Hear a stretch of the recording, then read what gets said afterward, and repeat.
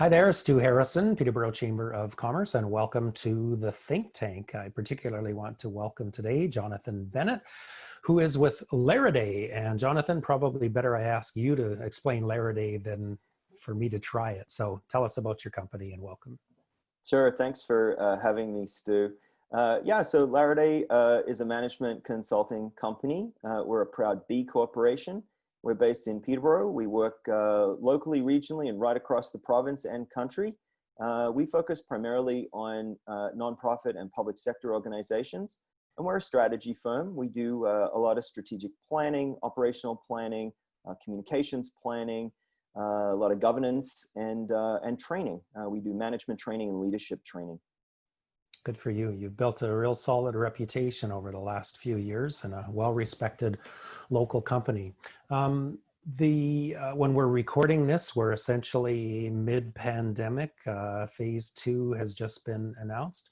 Just wondering what your perspective is on the not-for-profit sector as far as the impact of the pandemic and what it's going to look like coming out of it. Yeah, so we have clients in a number of different sectors. I would say kind of primarily in healthcare and social services, but also arts and culture and economic development. So we've got a pretty broad look, and I'd say it's kind of a mixed bag. On one hand, we've got charities that have really seen this single kind of event that is the bulk of their fundraising effort in a single year. Having been canceled or postponed, and they've taken a big hit. Maybe on the other end of the spectrum, we've got primarily government-funded agencies delivering, let's say, frontline healthcare or mental health or services to kids and youth or seniors. They have annualized funding agreements, and they haven't really seen any reduction. Many in the middle, some have fundraised aggressively and have actually been very successful during this time. Others have kind of sat on their hands and they haven't seen the returns. So it's really kind of a mixed bag. I think on one level there's a kind of a sense that it's a bit of a doomsday scenario, but I wouldn't say that that's actually what we're seeing. It's certainly true for some. I think what's going to be interesting coming out of it is sector by sector what the changes will mean. You can appreciate agencies that, for example, serve immigrants. They're not going to have any new clients in the next 12 to 24 months. The borders aren't kind of open right now. And so, they're kind of, I don't want to say pipeline of clients, but like, the incoming folks that they serve aren't going to be there. There's others that are going to experience a big uptick. There's been a kind of withholding of access of service for a lot of organizations and agencies as people kind of wait out the pandemic, and it's kind of getting built up. Same reason that the emergency department numbers are down in hospitals because people are kind of staying home. They're afraid of getting COVID, but their other conditions are worsening, and they're going to have bigger problems.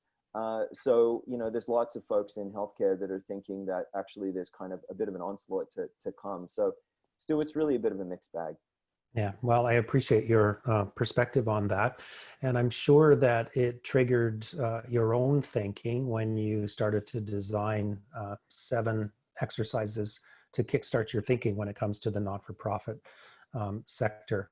And I think it's fair to say, I've been following these, and it's fair to say that it's not just not-for-profits. I mean, this applies to a lot of different types of businesses as well, but, so be it. It's designed for the not-for-profit sector. And I'm just going to throw the exercise titles at you. I've been through them all. I've spent a lot of time doing some thinking on this. I consider you one of Peterborough's greatest thought leaders. And so I just want you to know how much I appreciate the thought that went into this, and I also appreciate you agreeing to just kind of go through it with us. So I'll just throw them at you, and you explain a little bit about what's behind each one of the exercises. So exercise 1: do you need to think about your organization's design? Right. So I probably, like a lot of people at the start of the pandemic, found myself kind of in a bit of a fog.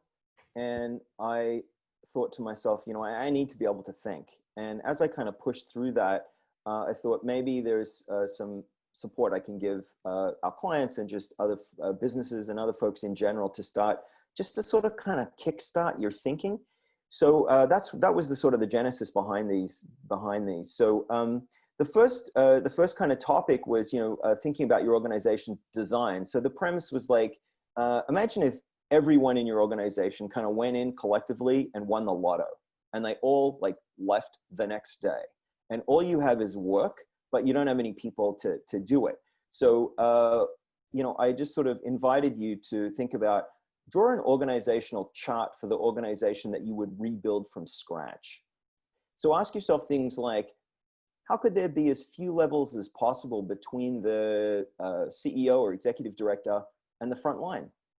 How could you maximize span of control, whether that's people or size of budget of each manager? How can you design your work to minimize program or service silos? And maybe there's functions, now that you think about it, that there's not an individual person doing it, that you could outsource or that you could cost share with partners, which is, specifically a nonprofit thing to do. And then finally, what maybe KPIs could you use to show that this new structure that you've designed could improve service, could streamline workflow? So, if you can start to answer these questions and you can start to jot them down, you've started to build the beginnings of an organizational review. Nice. You've illustrated also why it's important to make sure as a manager that you're included in the office lottery pool so that you can leave with them. So exercise number 2, if you need to think about your management team. Yeah, so we think a lot about the folks that we put in charge of divisions and departments, and we want them to be successful in their job. But here's the thing. Mostly, we find somebody in our organization that's really good at doing frontline work, and then we promote them. And then we leave them. And we wonder, oh my God, why aren't they doing a great job? They used to be terrific at doing this, and now they're in charge of it all. And so what's really going on there is that they haven't been given the tools and training to do this new kind of work, because managing a team of people is not the same as doing the work itself. So if you were to think of your 3 best managers, let's say, and, I'm like, kind of be honest, what are the things that they routinely demonstrate at a higher level than maybe your other managers do? Maybe they're much better at delegation, or they're strong communicators, or they address conflict or change management, let's say. Now, imagine for a minute if all of your management team had their level of competency in those areas too. So ask yourself, how would that change your organization for the better? If you had that much higher level of performance, what might you be emboldened to try? What could the team now achieve together? How would your clients or your participants or your customers ultimately benefit? So once you do that work, you've started to build a professional development or training plan for your management team. And that's that thinking exercise there. Very nice. Number 3, if you need to think about your brand. Right. So I love branding work. It brings out the storyteller in me. And so this exercise was really to push your thinking around things like your value proposition and your brand story. So write down on a piece of paper, our brand in 2021. So pitch it out 12 months. And think about yourself in answering these questions. Think about your organization or your company and answer these questions in 3 different ways. The first is, if asked, our clients or customers would describe the impact of our work on their lives as, imagine finishing that sentence. If asked, our clients would describe the impact of our work on their lives as. The second is, if a staff member or maybe a volunteer, if you're in the nonprofit sector, was trying to convince a professional acquaintance to apply for an open position at our organization, they would attempt to persuade them by talking about how much that we. So try to answer that question. And the final one is thinking about the impact we make. It's because our organization is the only one that can ...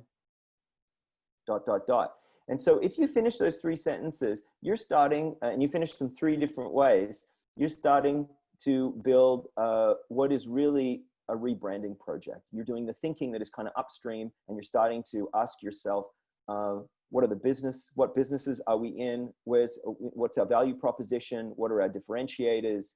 How do we really affect and make a big influence on the folks that we serve? I love that one, and I agree with you. I think in 3 different ways is a key to that exercise. It actually reminded me of a book I read called "Kill the Company," and it was a strategic planner like yourself who was just dying at the front of the room. She was in front of a bunch of people who were pretty jaded and cynical and had been through one too many strategic planning sessions and didn't want to be there.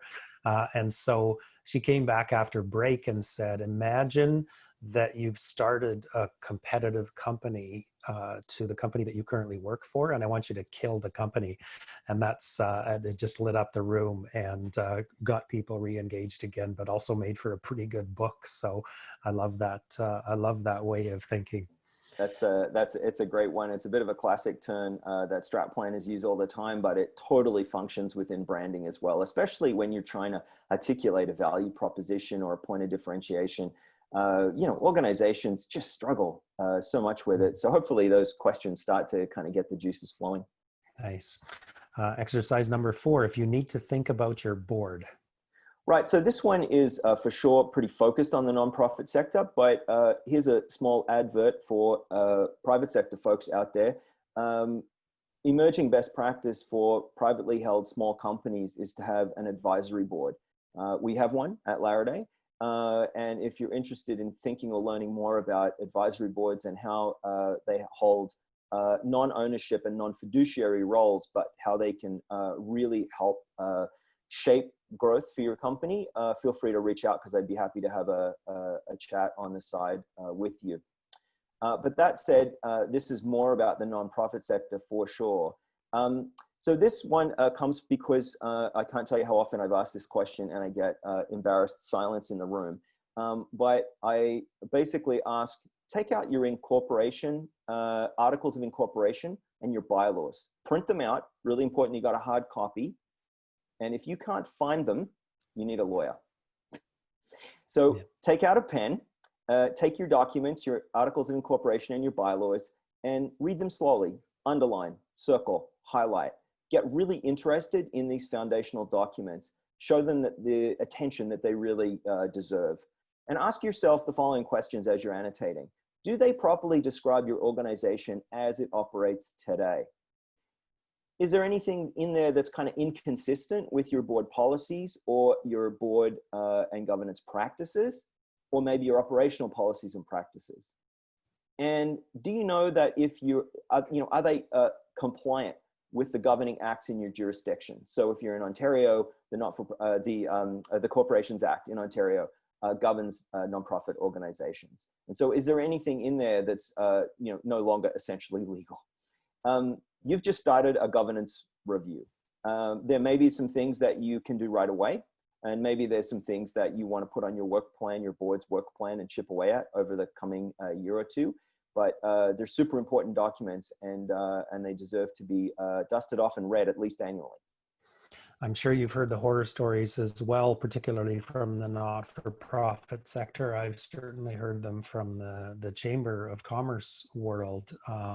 If you don't have good governance, you can get into some real dicey situations. I just wanted to touch on the advisory boards because I think there's a lot of strength for that concept in Peterborough. I know Abbott Manufacturing, Don and Rhonda Barnett have an advisory board. It used to be Steelworks. Rhonda actually is featured in a video from the Business Development Bank of Canada talking about the concept of advisory boards. So if you want to find out a little bit more, give Johnathan a call, but you can also watch that video because it makes a really strong case for having an advisory board, whether you're a not-for-profit or not. Exercise number 5, if you need to think about your organization's risks. Right. So this is one of my favorites for sure. If you need to do some thinking about risk, especially during this difficult time,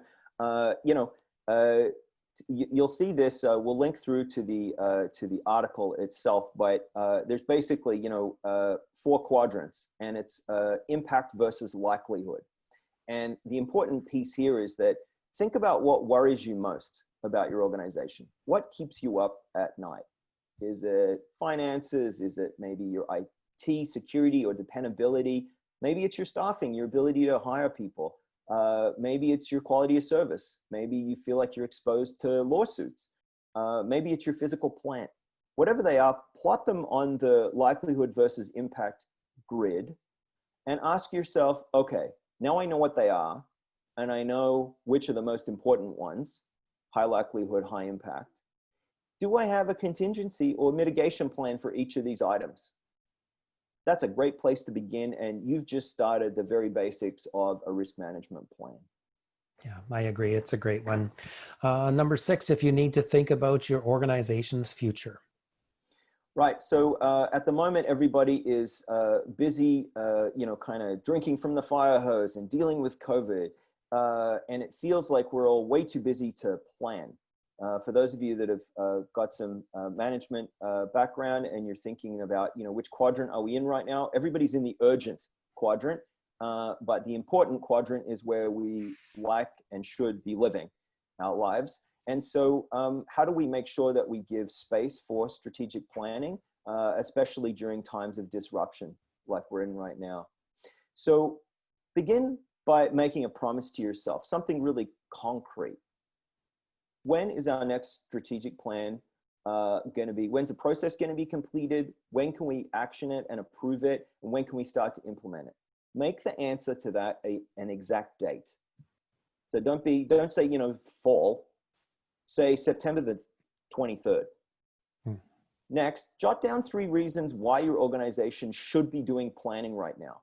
Hey, maybe your old plan is kind of sunsetting. Maybe there's some new pressures in the environment. There's obviously the impacts of COVID and the economic impacts, to say nothing of potential health and safety impacts. Maybe there's other changes in the environment, regulatory changes, or maybe there's competition that's moving to town. Whatever it is, give 3 consequences that may occur if you fail to draft or craft a new plan. That'll give you the burning platform you need to make sure that you force yourself to not just deal with the urgent day-to-day, but you work hard on the important what's coming next components of having a strategy. Next, in a single sentence, you know, write down what you would like the legacy of this planning process to be. That's a really non-profit way of thinking about it, but I think for the for-profit sector should think about this too. You know, maybe you want the legacy to have a bold new vision and you really want to chart a new course. Maybe you want a deeper connection to your stakeholders or your very best clients or your biggest customers through meaningful engagement and their participation in helping to shape the plan. So if you were, for example, a chamber of commerce and you were doing strategic planning, maybe you would want the legacy of that planning process to be a much stronger relationship with your members, for example, Stu. And then finally, you know, what do we need to make the decisions? Do we need evidence? Do we need stakeholder feedback? Do we need data? Do we need to design some new business models? And who do we need to help us shape this plan? Do we need some external resources? Do we have some internal resources? Congratulations, because once you blow your way through that, you've started to build the thinking, what we like to call planning to plan, building the basics of what you're going to need to do a strategic plan. Nicely done. I'm sure you've experienced this. You mentioned drinking from a fire hose. I call it triage because we've certainly been dealing with you know, the entire evolution as all the government programs have been introduced and people try to figure them out. And now it's recovery and people trying to figure out what they're supposed to do for recovery. So I wrote myself a little note at the top of my task list that says, stop managing your time and start managing your focus, which is just a daily reminder every morning for me to think about what the things that I'm supposed to be doing. And with exercise number 6, start thinking about where you're headed as well.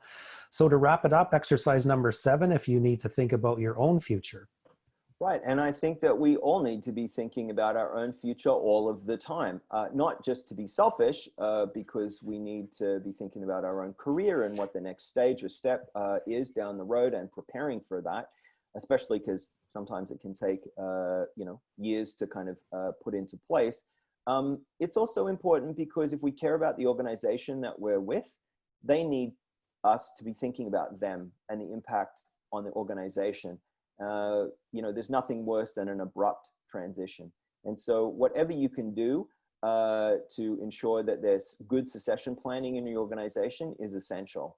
So ask yourself the following questions in this exercise. Who's the person that would step up and fill my role in the short term due to an unexpected set of circumstances, or maybe even an emergency?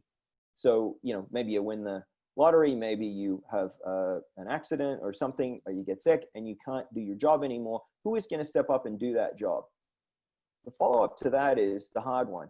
Does this person actually know that you think this about them? I can't tell you, Stu, the number of times that people think that they have an emergency succession plan, but it's actually in their head, and the person whose role it's going to be to step up hasn't been told. So have the conversation. Next, what does that person need in terms of training or support to be able to do that job, i.e. your job, should the need arise suddenly? And the last piece is, okay, so if they're the sudden, the person that's going to step in case of like in an interim role or an emergency kind of capacity, are they the person that may be getting ready to take over for good?